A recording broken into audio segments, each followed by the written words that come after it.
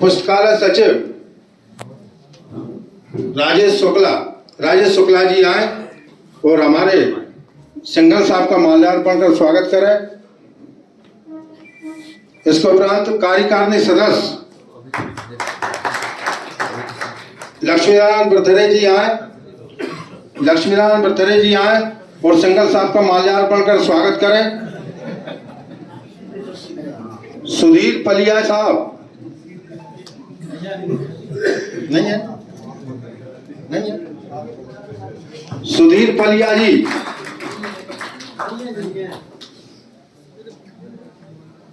प्रभात नारायण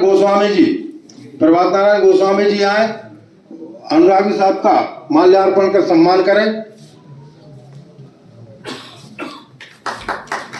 मुरारी लाल शर्मा जी आए, सिंघल साहब का माल्यार्पण कर सम्मान करें। कमल किशोर दांगी जी आए और अनुरागी साहब का माल्यार्पण कर सम्मान करें।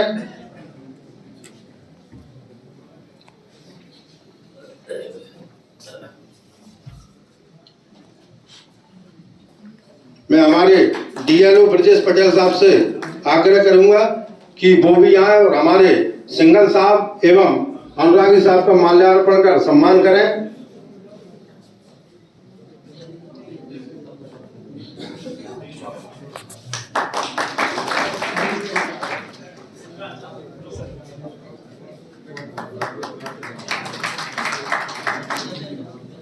स्वागत की बेला को विराम देते हुए मैं हमारे अभिभाषक संघ के अध्यक्ष श्री चंद्रशेखर साहू जी से निवेदन करूंगा कि वो मंच पर आए और अपने उद्बोधन के माध्यम से समस्त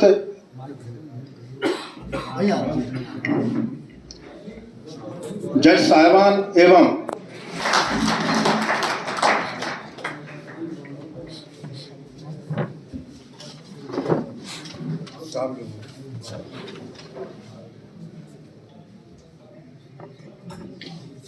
परम श्रद्धे हमारे हृदय के नज़दीक अभिभाषक संघ के प्रिय प्रधान जिला एवं सत्र न्यायाधीश महोदय श्री पीसी आर्य जी,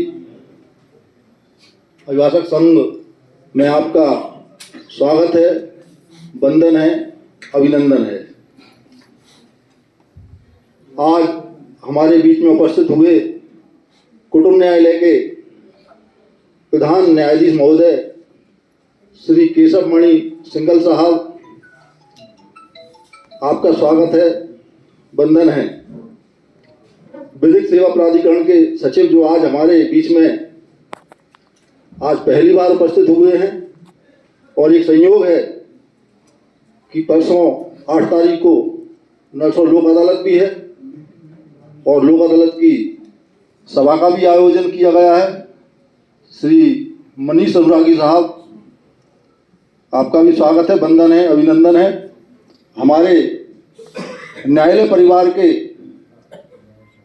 एडीजे साहब श्री प्रवेंद्र सिंह जी, सदैव हसमुख और हम सबके साथ चलने वाले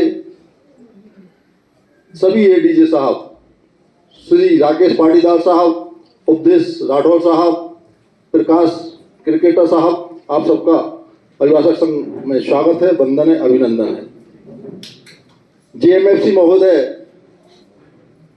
हमारी मैडम पूनम कटारिया जी, हर्षिता गौड़ मैडम, बबीता प्रजापत मैडम, ध्रुव अग्रवाल साहब, गौरी सक्सेना मैडम, प्रिया चौहान मैडम, आप सबका स्वागत है, वंदन है, अभिनंदन है। हमारे लीगल रेफरेंस के ओपी दुबे जी, विष्णु बर्थरे जी, रफीक खान जी, अभिषेक यादव जी, देवेंद्र दांगी जी, आपका भी स्वागत है। जीपी साहब, भगवती लोधी जी, आशुतोष लोधी जी, देवेंद्र देवलिया जी, हरिओम त्यागी जी, आपका भी स्वागत है।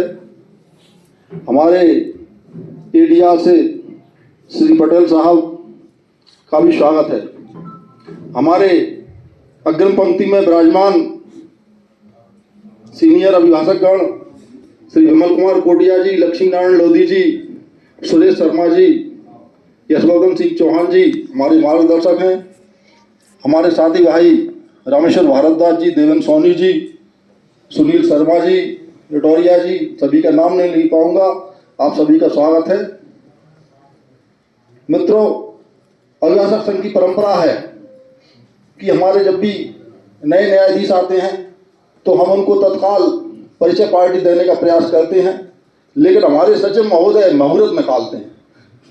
वो कहते हैं मुहूर्त में पार्टी दो तो बार और बेंच के अच्छे संबंध रहेंगे।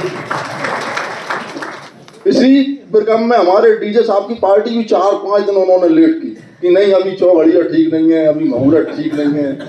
तो डीजे साहब को पूरे अच्छे मुहूर्त में बुलाएंगे, लेकिन मैं मानूंगा साहब हमारे सचिव साहब को उन्होंने ऐसे मुहूर्त में डीजे साहब को बुलाया बार में कि बार और बेंच के संबंध आज मध्य प्रदेश में सबसे अच्छे अशोकनगर में और दिन प्रतिदिन बढ़ते जा रहे हैं, बड़ वृक्ष की तरह बढ़ते जा रहे हैं। और हमने बार और बेंच ने वो कर दिखाया है कि जो असंभव था, अकल्पनीय था, केवल हमारे डीजे साहब बार और बेंच के संबंध से हमारा ऐसा समन्वय रहा कि हमारे माननीय मुख्य न्यायाधिपति महोदय ने बार और बेंच की भूरी भूरी प्रशंसा की और ये आज पूरे मध्य प्रदेश में चर्चा का विषय है। मित्रों, एक गाड़ी के 2 पहिए होते हैं, एक पहिए से कभी गाड़ी नहीं चलती है। इसी तरह बार और बेंच में भी परस्पर सहयोग समन्वय होना चाहिए।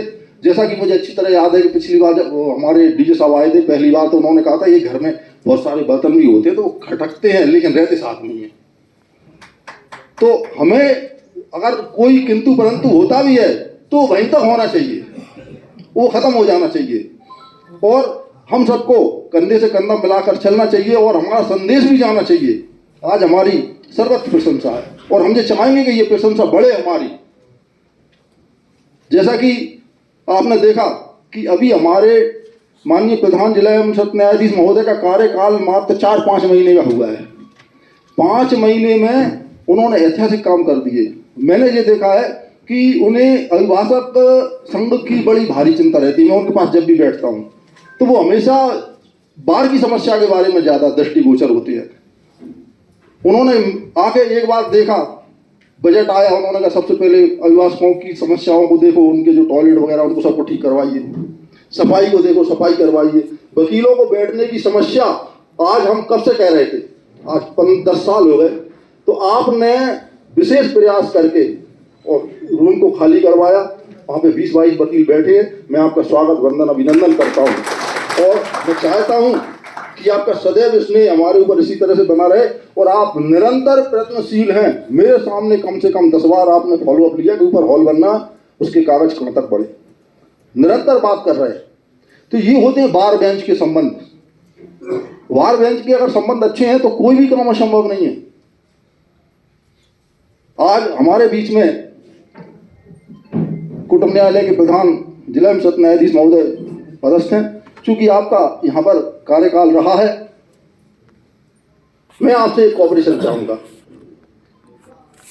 कि कुटुंब न्यायालय बहुत दूर लगती है, यहाँ से 4 किलोमीटर है और वहां पर इतना स्कोप नहीं है कि कोई वकील बैठ के वहां पे स्थायी रूप से वकालत कर सके। तो मजबूरी ये है कि हमें वहां जाना पड़ता है। चूंकि हमारे प्रधान जिला न्यायाधीश महोदय आए थे तो उन्होंने सबसे पहले ये संभावना तलाशी थी कि कुटुंब न्यायालय यहाँ लग सकता है कि नहीं लग सकता है, लेकिन उसकी ऐसी कोई गुंजाइश दिखी नहीं। आपकी हार्दिक इच्छा है कि यहीं बने कुटुंब न्यायालय की बिल्डिंग भी और प्रयासरत भी है। तो मैं आपसे एक कोऑपरेशन चाहूंगा कि वकीलों को आने में विलंब भी हो जाता है। पूर्व में भी जो प्रधान कुटुंब न्यायालय के न्यायाधीश रहे तो उन्होंने भी एक टाइम फिक्स कर लिया था कि जो आए 11 बजे आ जाए, जल्दी आ जाए, या बाद में आ रहे हैं तो फिर वो लंच बाद आ जाए। तो एक ऐसा टाइम की अनुपस्थिति में प्रकरण उनके खारिज ना हो, क्योंकि लाना तो हमको ही नंबर पे पड़ता है, हम दोबारा आवेदन देते हैं तो वो दोबारा लाइन, तो वो एक कोर्ट का प्रोसेस बढ़ता है। तो ऐसी प्रक्रिया और ऐसी स्थिति ना बने। और चूंकि आप बाल से पूर्व से ही परिचित हैं, यहाँ पे हमारे अभिभाषक संघ में 450 वकील हैं जो तहसील में भी कार्य करते हैं, इनकम टैक्स, सेल टैक्स में भी हैं, कोर्ट में भी हैं। तो सभी की अपनी अपनी मजबूरियां रहती हैं और कोई वकील नहीं चाहता कि न्यायालय में किसी कार्य में विलंब हो या हम देर से पहुंचें। लेकिन सब चाहते हैं कि एक काम हो।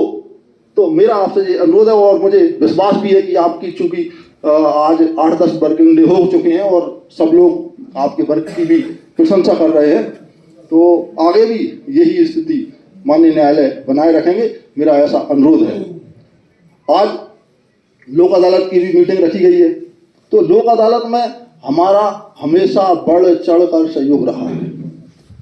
जब से मैंने पदभार ग्रहण किया है, मेरा संकल्प है कि जब तक मैं अभिभाषक संघ अशोकनगर का अध्यक्ष रहूंगा कि कोई भी पक्षकार यहाँ से न्यायालय में लोक अदालत से भूखकर नहीं जाएगा।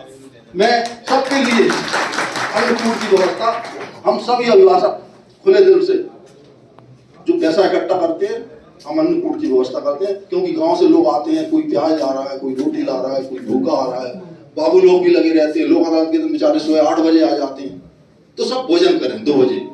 तो ऐसी मेरी हमेशा ये विचारधारा रही है कि हमारा अगर परिवार है तो परिवार में जो पक्षकार आ रहे हैं वो भी हमारे परिवार के सदस्य हो जाते हैं उतनी देर के लिए, तो उनकी भी पीड़ा तो हम इतनी दूर तो कर सकते हैं कि कम से कम तो भूखे ना जाए यहाँ से। और लोक अदालत में हमारे सभी वकील बंधुओं से भी अनुरोध है कि अपने अपने प्रकरण जो निकाल लें और अधिक से अधिक निराकरण करवाएं। मेरा हमारे जो मीडिया के रजिस्ट्रार साहब हैं मनीष रागी जी, उनको भी पूर्ण रूप से ये आश्वासन है कि अभिभाषक संघ हमेशा आपकी प्रत्येक लोक अदालत को सफल बनाने में पूर्ण सहयोग करेगा। धन्यवाद। जय हिंद, जय भारत।